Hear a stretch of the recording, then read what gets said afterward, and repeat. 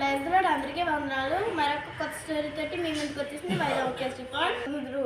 యెహోవా కొరకు ఎదురు చూచేవారు నూతన బలం పొందుదురు.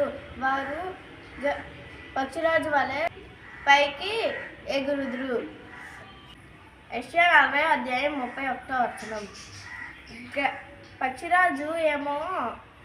పక్షిరాజుకి తుఫాను వస్తుందని అతడికి సమాచారం తుఫాను రాకముందే పక్షిరాజుకి తెలుస్తుంది.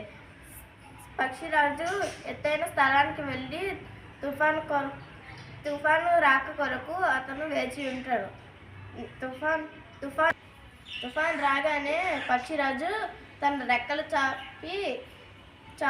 చాపుతాడు. తుఫాను గాలి వల్ల అతను మరింత పైకి ఎగురుతాడు.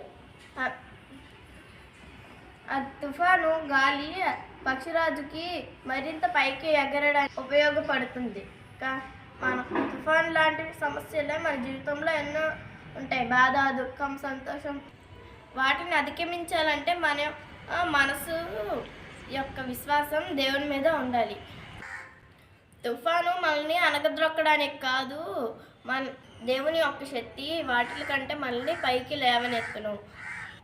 వ్యాధి, దుఃఖం, అపజయం, విశ్వాసం, నిరాశ మొదలైన వాటిని తుఫాను అంటే సమస్యలు ఆయన మనల్ని లేవనెత్తును.